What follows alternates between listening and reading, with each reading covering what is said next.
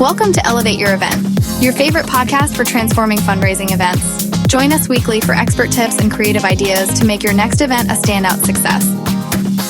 In today's episode, we're joined by Jay Strear, a nonprofit veteran with over 30 years of experience. Jay's here to share how the Entrepreneurial Operating System, or EOS, can transform the way your organization operates. We'll dive into practical tips on turning your big plans into daily actions, keeping your team aligned, and staying focused on your mission. So, whether you're a nonprofit leader or just looking to streamline your operations, this episode is packed with insights you won't want to miss. Let's get started.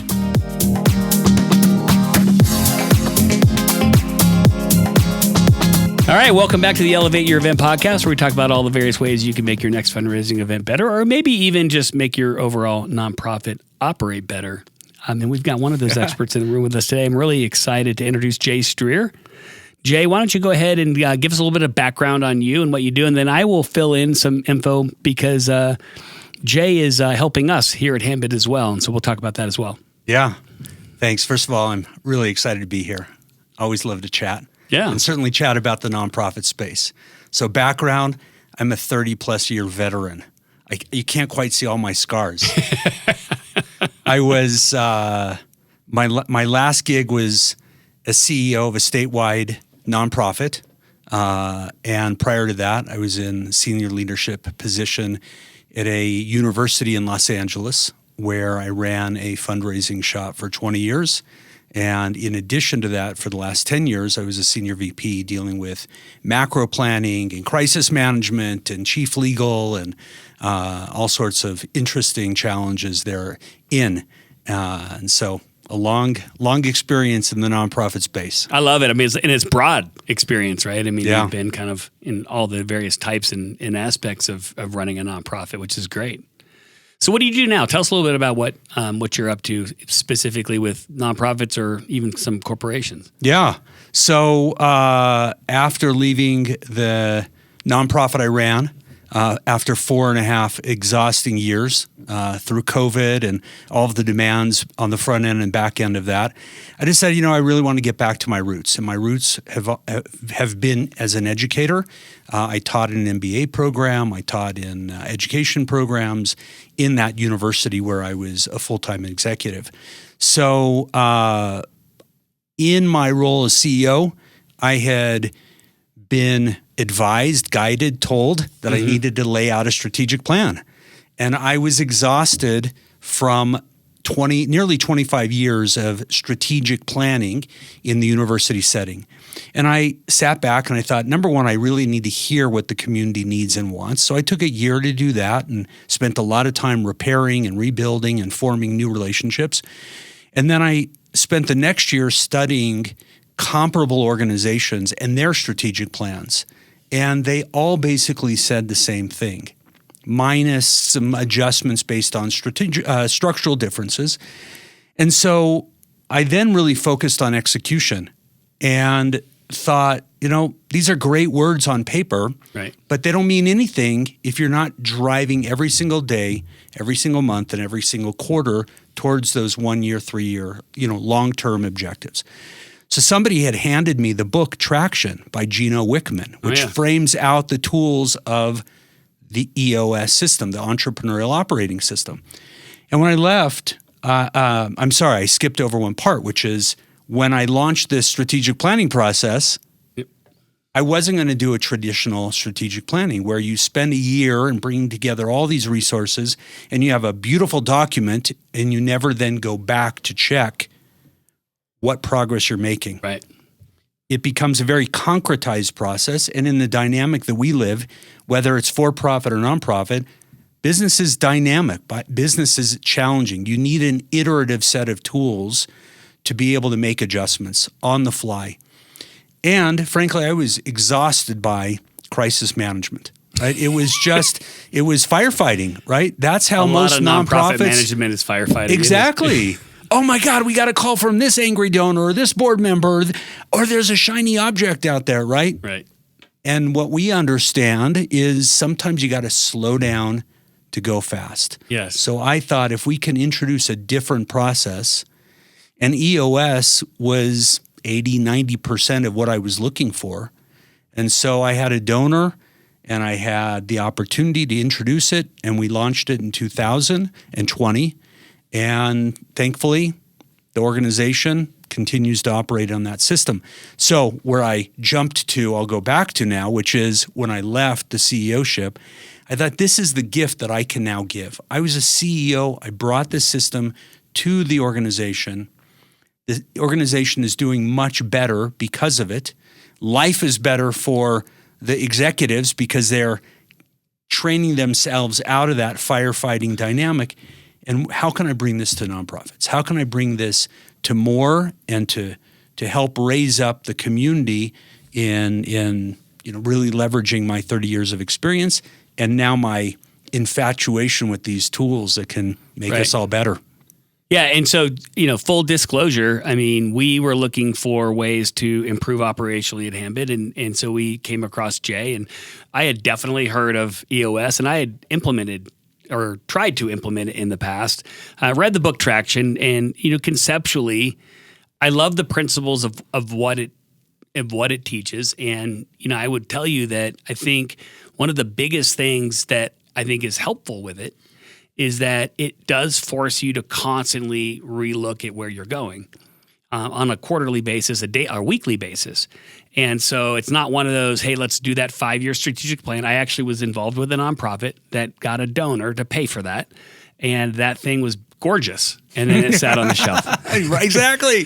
And it was really frustrating to the donor who felt like, hey, you guys I was giving you the ability to really kind of, pave a path for yourselves, right? Like kind of to create a vision cast, kind of where you want to take this organization. And that was the fun part of it. Right. The hard part of it is how do we get there? And then to your point about crisis management, you get off track so fast sometimes because you're just reacting to everything. And so having something that you can constantly go back to on a weekly basis and a quarterly basis helps get you back on track. But it also allows you to reset when you're not going to get back on track for a variety of very acceptable reasons sometimes. Like that's kind of how life works. Right. So yeah, we loved it. And I was telling you, I really do think this could work well for a lot of nonprofits, especially some of the clients that we work with who are just looking for ways or how can I operationally improve and how can I tie daily activities, weekly activities, monthly activities, quarterly activities to a strategic plan. Right. Right? I mean, 100%. Yeah. 100%. Right. So the flaw or the fly in the ointment of a traditional strategic plan is it doesn't talk about execution. Right. It doesn't say once you've approved that plan, the board has approved it, whatever governing body there is. Now, what are you going to do on day 2? Right. Right. And so as you've experienced, most organizations and certainly most companies don't need that 50-page report or a 5-page report or anything in between. They need a very clear synopsis of what that North Star is. They need everybody around the table to buy in and understand now we're going to live in this process, this space where we're going to step out a little bit every single week and make sure our behaviors are driving to that North Star. Yep. Every quarter, we're going to take a step up, out of the business. And every year, we're going to really take a holistic view. And we're not blowing everything up, but we're going to make adjustments that address the internal and external realities that happen around us, the changes that happen around us so quickly. Yes. It's going to help you learn how to take punches way better. I am telling you that because we all take them. Right. Right. And sometimes that punch needs to maybe change behaviors, and other times that punch needs to be absorbed and you need to move on. That's right. I will say something else, and this is funny because, people are like, oh, why'd you hire an implementer? Why didn't you do it yourself? Well, I'll tell you, we tried to do it ourselves. And I've always kind of had this belief that consultants are those people that come in and charge you a lot of money to tell you what you already know. Yep. Right. And I've had those, right? Haven't we all? Yeah. But that's not the case here. And it's not specific. Maybe it is specific to you. But one of the things I think has been so helpful with you being involved at Handbid, and I think also for anybody who's thinking about EOS and thinking about should I or should I not hire an implementer, is you've come in and not just told us what we already know. You help us like flush out issues. You help us get to the root, I would say, element of some of the things that we're, challenges that we're facing and figure them out. And so I would almost say you've helped us figure out what we don't know. And I think that's something that for a lot of nonprofit leaders out there, it's like, I don't want to bring in another thing, and we're going to set it up and we're not going to use it. And I already know how to do this. I could read the book and you could read the book, right? Or you could go read or watch the videos and do it. But I think one of the things that I think is hard to do is to have somebody who's not daily involved in what you're doing come in and just observe you, observe your team, your staff, the dynamic in the room that sometimes is lost on the people that are there every day. Right. You get you become normalized to what you know and don't realize there are even alternatives to that, right? And so what you're touching upon, Jeff, is the book Traction really frames out the tools. But the white on the page, that's where the facilitation happens. That's where the coaching happens, right? I said to you from the outset, I'm not a consultant, and I love consultants. Consultants have their role. I've hired hundreds of consultants literally over 30 years, but that's not what this is. And so a company that wants to dive into this, they need to recognize that they can do it themselves, but it's going to take a lot longer, and they will struggle to gain that objectivity that a facilitator has. Amen. Right? And what I'm able to do, as is any EOS implementer who's, it's a competent community of capable coaches, facilitators, and teachers of these tools. But what I'm able to do is help you see the problems in front, the challenges, the opportunities, and able to facilitate you to the solutions that are right to you. I don't dictate, guide, but I can also push, right? There are also times where I can hold, right? So I think where I bring a certain nuance that I'm continuing to learn is how to push a client, but sometimes individuals in a leadership team and sometimes the organization generally needs to be held, because it's like running a marathon. Any of us can do it if we're willing to get out every single day and endure the pain and go through the methodical process of becoming a long-distance runner. That takes adaptation of your bones, of your ligaments, of your muscles, of your breathing, of your eating, everything. Of your psyche. And completely, right? And that process is a lot about enduring the grind. It's about grit. Right? And so for a lot of business leaders, I think what they lose sense of, and certainly in the nonprofit space where we are so obsessed with that big vision, we lose sight of the fact that to get to those big impact, to that area of change, it takes a methodical grit, grind, and drive of behavior that layers upon behavior, right? Oh, it's not something you flip the light switch on, I will tell you. And to your point about running a marathon, like getting good at a framework like this, and we're going to talk about what's in it in a second, but like it's practice. Yeah, it's a discipline. And it is a discipline, and you get better at it over time. And sometimes you have good days and sometimes you have bad days. Yeah. And you rate your meetings, so you get to go back and remind yourself, why was this meeting so bad, or what blew up on us? And we've had meetings blow up. Right. And that happens. You got customer issues. You got a variety of things that are coming at you. And it's like, hey, you know what? We're going to have to do this later kind of thing. So don't think for a minute that you have to be perfect at this. No. But so we were talking earlier about EOS, and I think a lot of people will say, oh, that's a commercial type of thing.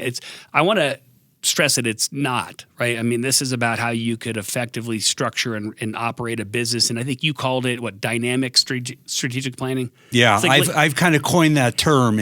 I like that. I mean, because to me, it's like, it needs to be liquid. I mean, you got to take a 5-year, 10-year vision, and it's not just about chopping it up into 1-year visions. It's about all the little elements that connect those and allow you to kind of pave your way towards that. So let's talk. I'm going to kind of go through some of the stuff and chime in here. But we started out with you with we did the mission, vision, values, that kind of stuff, and that's all good. Yep. And then we got into a 10-year target. Like, where do we want to be in 10 years?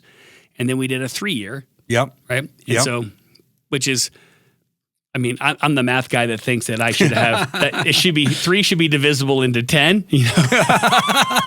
And the only reason it's 10 is because 90% of companies figure that's a chunk of time that makes sense. Okay, so 3 is supposed to quote unquote roughly be a third of the way there. Correct. Right? Okay, and then you have a 1 year. Yep. Okay, so you do your annual 1 year, and then from there we do this on a quarterly basis. Okay, you come in, we spend a day with the team. We go through, we identify what is the 1 year. Are we still on track for that? What did we accomplish last quarter? Okay. Moment of truth. Moment of truth. How well did we do? And those objectives that are on a quarterly thing are called rocks. And for those of you who haven't read Traction, I mean, I think the concept is, right, you fill the jug with the rocks. Yeah. Right? Comes from Stephen Covey. Yeah. Who talked, there's a great YouTube video of Stephen Covey in like 1992, and he's in a 3-piece suit, a double-breasted, and the female executives have got big shoulder pads.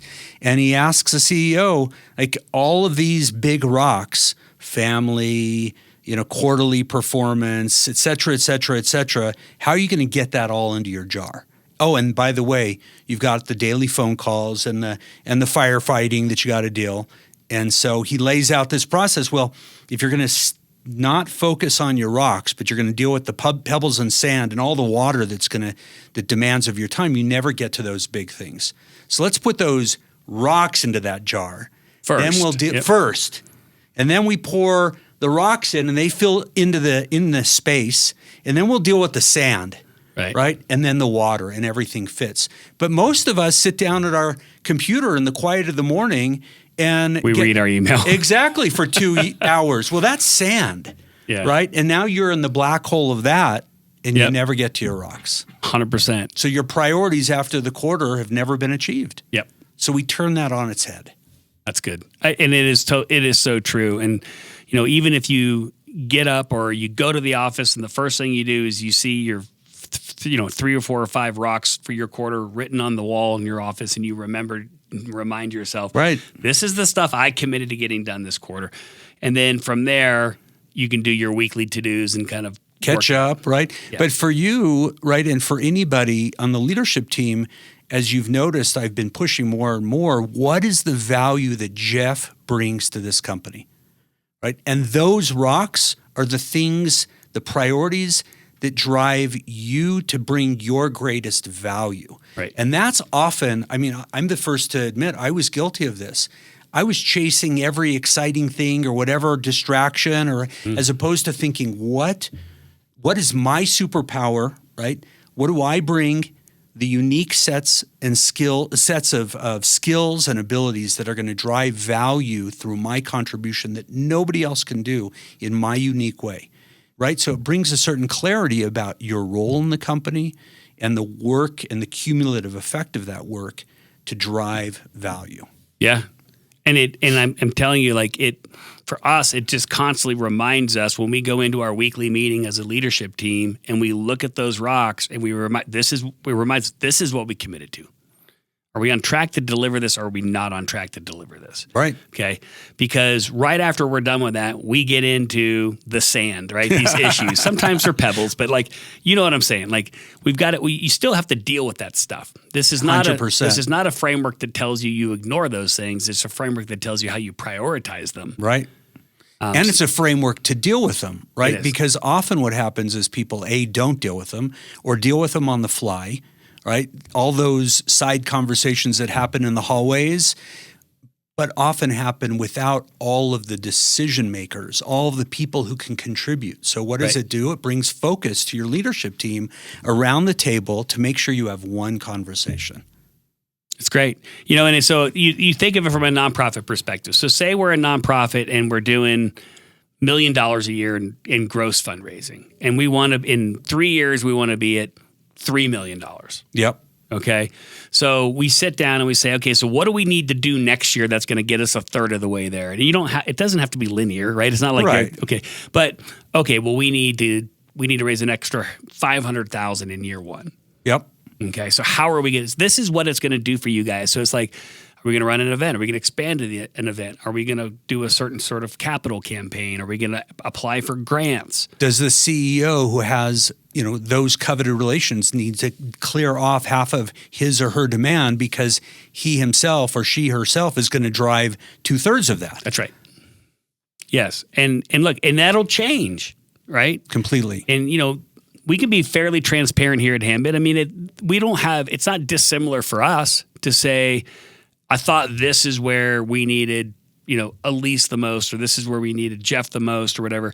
And then you get a quarter into it and you realize, well, maybe that's not where I need them the most. You can change those things. That's where the dynamic aspect of it is. Right. Whereas I think for a lot of nonprofits, and I certainly experienced it, you set that North Star and you think that everything's going to be put in place to drive to that. But things happen. Right. Life happens, right? Really Opportunities come around. Okay, but now you've defined your North Star. Well, the opportunity is really exciting, but it's not really applicable to our mission. Right. So some opportunities are the best ones to say no to, right? Or here's an event. Yep. Let's add an auction. Okay, but is it going to be really exciting to go out and get trips and all sorts of fun stuff to auction? Well, who's going to secure that stuff?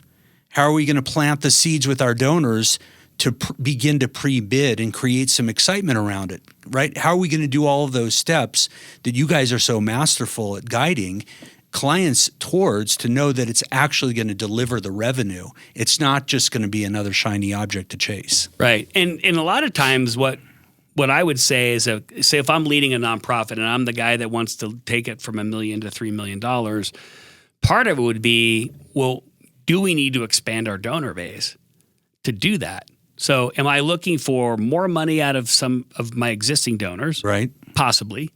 Or am I looking to get more donors, right? And so knowing that, especially at Handbid, when that kind of information is shared with us, we can help them understand, well, here's how you could craft an event that would capture more donors. Right. Okay. Because, we look at it and say, okay, part of it is I need to raise money at this event. The other part of it is how many does anybody measure this? How many new donors did you get? Right. It's exposure. Right. Is it breadth, depth, or both? Because in a lot of cases, I'm not here just to say you should run an auction. I know for some people they're painful, and for a lot of people they're painful. But what do?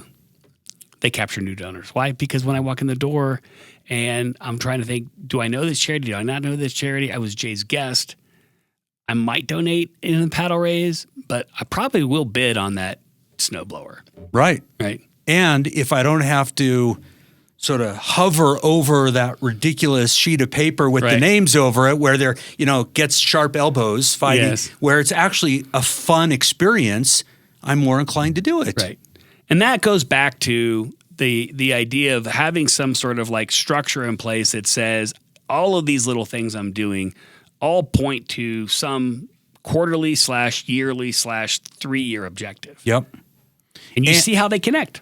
That's right. And what I've been able to teach you and my other clients, right, is what we measure is what we prioritize. Mm-hmm. Right? And so for a nonprofit that wants to grow its donor base, what are the activities that are going to drive to that? And I'm not talking about, well, let's have a big auction. You should have a big auction. But what is the fundraising staff going to do every single day to actually get people in the room, make sure that there's a great experience, to promote, right? What are those measurable activities? Because it's not just dollars. It's not dollars. Well, that's one of them. That's part of it, right? But if you're going to grow a donor base, that's also relationship building. Yes. So how many phone calls are people making? How many coffees? How many times are you promoting the event, right? What is the activity and how are you measuring that activity that drives outcomes? Yep. That's often what nonprofits don't connect. And I'm equally guilty of that. I didn't always think, okay, well, we've got a big goal out here. What are the daily measurable activities that are going to get us to that destination? And how do I create a scorecard, right, of those measurables? And how do I prioritize, put rocks in place that focuses everybody's attention on that deliverable? Yep. And I will tell you it works, right? And I'm on the board of FCA in here in Colorado, and they use EOS in certain parts of their group. But one of the things that at least our section of the organization does is we focus on those quarterly objectives and the annual objectives. And it's working. You know, when they first invited me to a board meeting to see if I wanted to join, there was really none of that. It's like, well, how do we know we're making progress here? Right. Right. If we don't measure kind of what we think is important. And those metrics have evolved over time as we got smarter about what is it really that's going to drive engagement or drive revenue. Because when you're looking at an organization like FCA, part of it is how effective are we at ministering to kids? The other part of it, though, is how effectively are we at raising money so that we can go minister to kids. And it's kind of two elements of the organization, but it works for both. Yeah. 100% works for both. And you get these lead measures out there that tell you like, hey, attendance at these meetings or these events with kids is going down or going up, and that's going to trigger engagement issues in the future, or it's going to trigger fundraising issues because if you're churning kids, right, then that means their parents may not be donating to you in the future as well. So all of those things I think made the team smarter. Yeah, about their day-to-day stuff. Right, and so you talk about smart, executing effectively and efficiently. There's the other side, right, that I talked about, which is healthy. Yep. Right. So that the human dynamic, if we are constantly firefighting and we're constantly making decisions where not all of the right decision makers are around those or in those conversations because they are happening on the fly. Part of the brilliance, I think, of EOS was it changes the whole dynamic where it says, hold on, folks. We're going to have one conversation where all of the influencers in those decisions will be around the table, and now we're going to engage in a dynamic where we can wrestle over issues, right? Where it's not my personal identity, it's my contribution towards the betterment of the outcome for the organization. And sometimes my ideas are going to be adopted, and sometimes my ideas are not going to be adopted. You're touching on a very important subject, but a tough one. Yeah. And probably for us, and I would say in any company I've worked at, and especially nonprofits, like that's probably the hardest part. But it's not EOS specific. This is team dynamic, leadership team dynamic specific. Yep. Okay. And a dysfunctional team makes it tough to implement anything. That's right. Right. And so, look, I haven't, like, it comes and goes. I would say, like, in a lot of cases, the teams have their good days and they have their bad days. Yeah. Or their good weeks and their bad weeks, right? But you got to ground your team in these, what you're describing here, which is it's one team, it's one voice, it's one conversation. That's right. Because I don't care how big your company is. It can have 3 people in it. If you have 3 people in it and you have more than one conversation, you still have problems. That's exactly right. And that's been a challenge for us at Handbid in the past. It's been a challenge at every nonprofit I've been at. I've seen board conversations that are separate. Yep. And then board conversations with the staff that are separate. Yep. And I've seen board conversations with staff members that are not even on the leadership team that create issues. So, like, all of those side conversations are tough. I mean, they can be really destructive. Right. There's an adage, the only real meeting is the meeting after the meeting.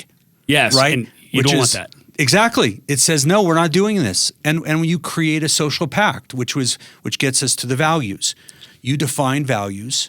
And now you live by those values, and you expect everybody in the organization to behave to those values. These aren't lofty aspirational values. These are values that guide how we're going to interact, how we're going to behave in this organization.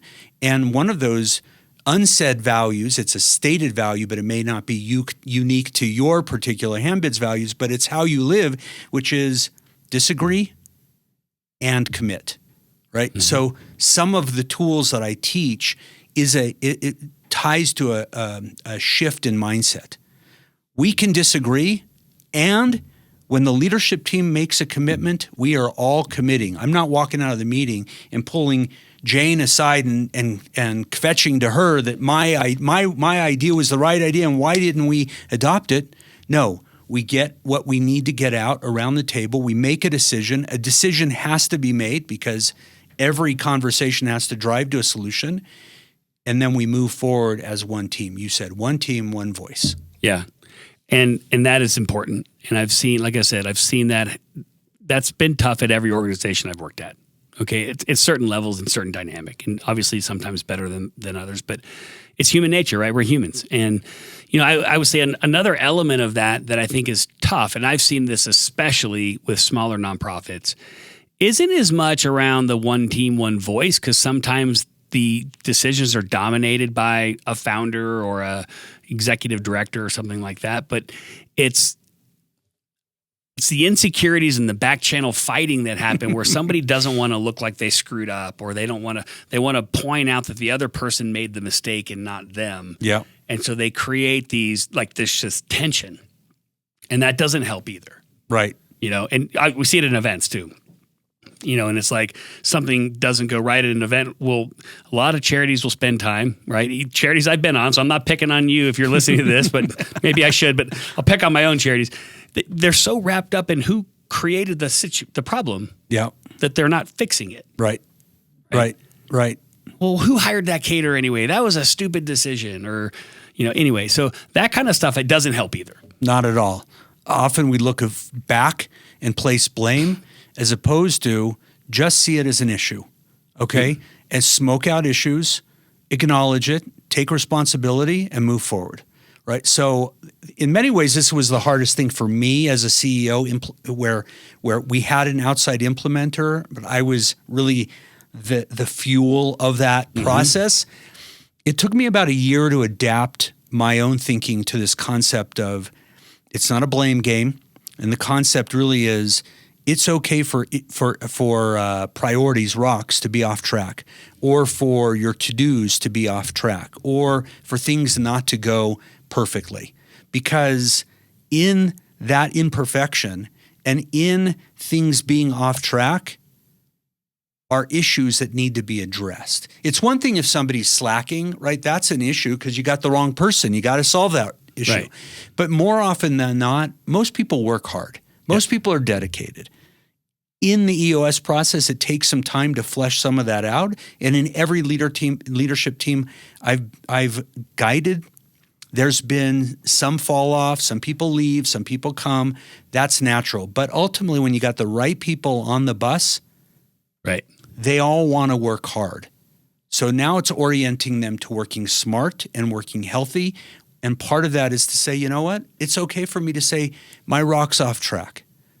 Either I'm dealing with some personal issues, or you know what, Jeff, you said we now need to add these other priorities. Okay, well, my other 4 priorities may not all be on track because these are now the things I got to deal with. Now, we don't shift and add lots of rocks because that means you're just chasing shiny objects. Right. But there sometimes are big things that have to be addressed, or environmental dynamics are changing such that I need to be able to say, I'm off track.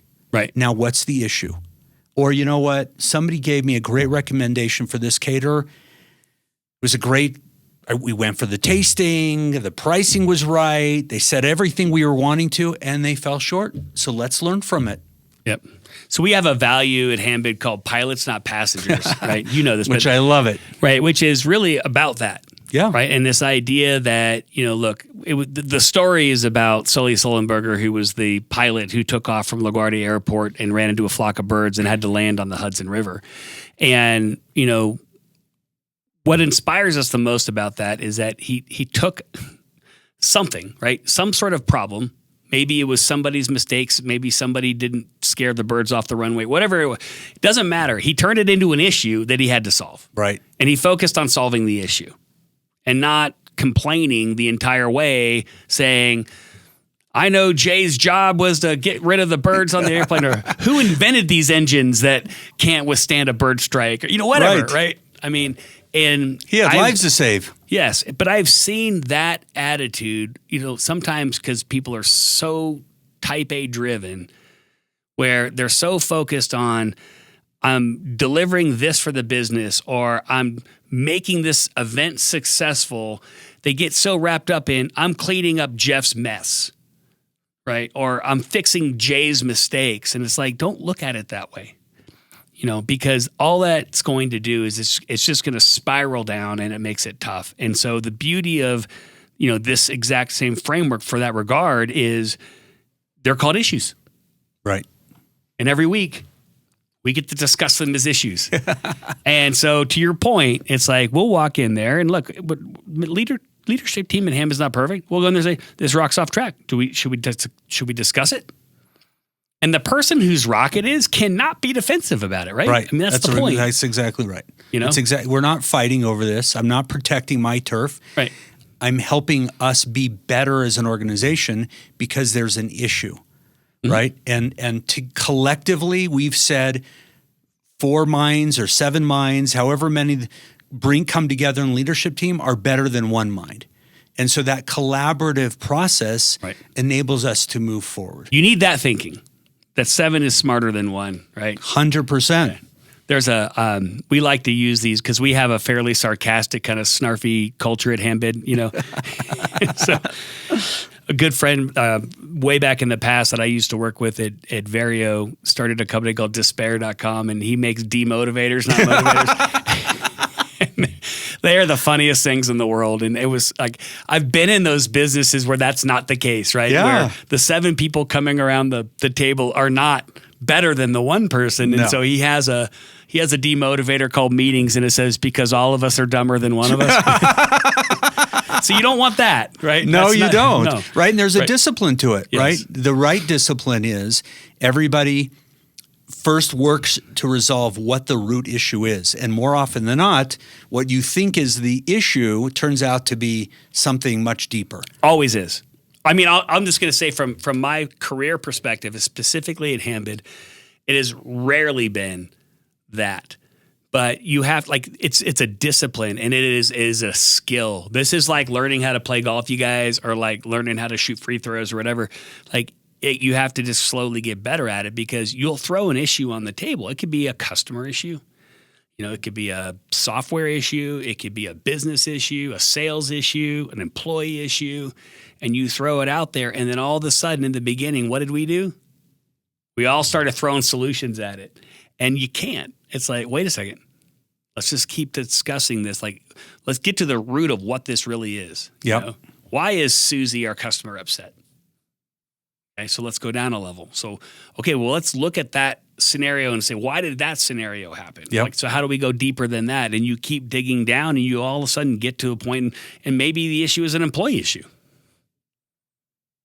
Maybe it's a training issue. Maybe it's a communication issue, right?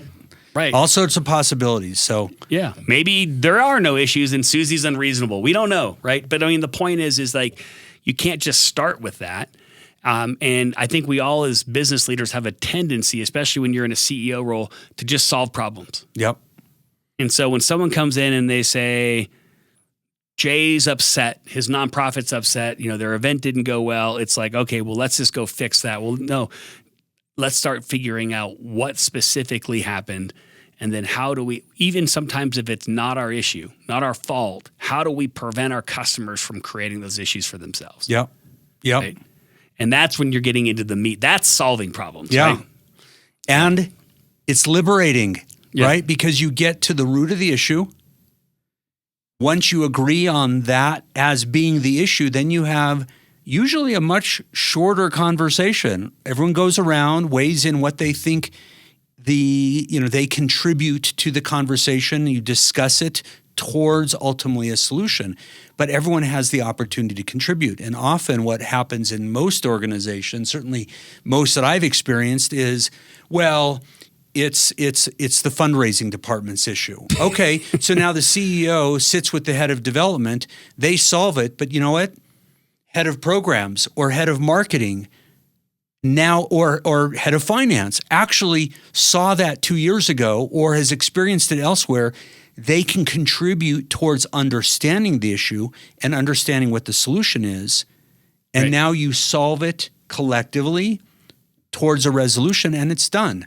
not that it's never going to creep its head up, but hopefully you've put systems in place to avoid it. You try to. But look, it becomes a muscle that you've developed that you can use over and over again. And it doesn't just have to be with business things. I'll tell you, like we actually unofficially did this with our fundraising event. So at the event, so we do a Kentucky Derby fundraiser. It's outside. There's live bands. There's a massive screen. And so during the race, we're showing the race, that kind of stuff. And so the way it's in an outdoor park, and up in the front near the stage as well as near the screen are these fire pit tables. And then like the venue that it's in like has these staged like, kind of terraces that go up from there. And we have other types of tables up there. And so typically at an event, you think I'm going to put the people who paid the most up front, right? It's a concert, and I'm going to put the people who paid the least in the back. Okay. Well, we're sitting up front, and it was just the race is about 10 minutes from starting, and they had kind of the NBC pre thing going on, and this lady comes up to me to tell me that it's too loud. Okay, and so this got escalated again from one of my board members. Okay, whose guess they were that they were not having a good time, and so without boring you with all the details, we have this discussion post event. And it could have been this, we could have dove into, let's turn the music down, or, we'll just, maybe not, play the race as loud. And I'm like, well, if you're in the back, you can't hear it, right? And so we start discussing this, and you know what we came up with? We need to move.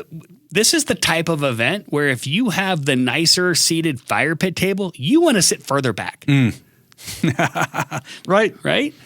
Because there's a certain, we figured this out. There's like a certain radius or kind of distance from the stage where the sound is perfect. Yeah. So put them there. Right. And so that is the IDS thing we're talking about, right? That was us kind of, what is the real issue here? That this lady's mad? Okay, well, we don't want anybody mad at our event. Right. Okay. But the real issue was that, no, I think that for the people that were sitting up front who paid a lot of money, they don't want to be in the back, but they want to be about 20 yards back from where they were. They want to be in the optimal experience. Yes. And so I'm telling you, like, you can use this anywhere. I tried it on my kids. That didn't go very well. Right. Although interestingly, yeah. like we have as a family begun to have these kinds of conversations. We don't have our weekly meeting. Right. I know actually a lot of families that do. It's a 30-minute equivalent to the L10, where you spend 15 minutes going over, okay, what's coming up this week? What are the needs, et cetera, and now what are the issues that we got to solve? Oh, well, my daughter's got to be at 3 different locations all within an hour and a half period of time, and mom and dad can't drive. Okay, who's going to make the phone calls? That works. Yeah. You just solve it. Right. You solve the issues, right? Yeah. So it's projecting in many ways. The other tool that, the skill that I talk a lot about is predicting. Yeah. Right? Let's predict what those issues might be. What do we need to begin to plan for today that might rear their ugly head in 2 weeks or a month from now, as opposed to the firefighting where all you're doing is the crisis in front of you. Right. It's a completely different orientation. And I don't know, I think you guys have encountered this where sometimes somebody says, here's the issue. Hold on a moment. Right. Put it on the issues list. Yep. Does it have to be dealt with right now, or can we come to it in 3 days? Yep. Slow down to go fast. Yeah. Amen. I hear you. This has been awesome. So anyway, I will tell you, like, any sort of framework like this, but I think this one in particular has been useful to us because it's got a lot of the elements. So like every time we've come to you with, what about this? You said, well, here's a tool that can help you with that. So I think that's been helpful for us. But like I said, this doesn't have to be commercial only. So, if you're a nonprofit, you're listening to this and you want to figure out how to improve not just like, I will say operations, yes, but connecting your long-term vision to your daily, weekly, monthly, quarterly, annual activities. This is it, man. I tell you. Yeah. So how can they get a hold of you if they want to reach out? So you can go to the EOSworldwide.com website, look up Jay Strear.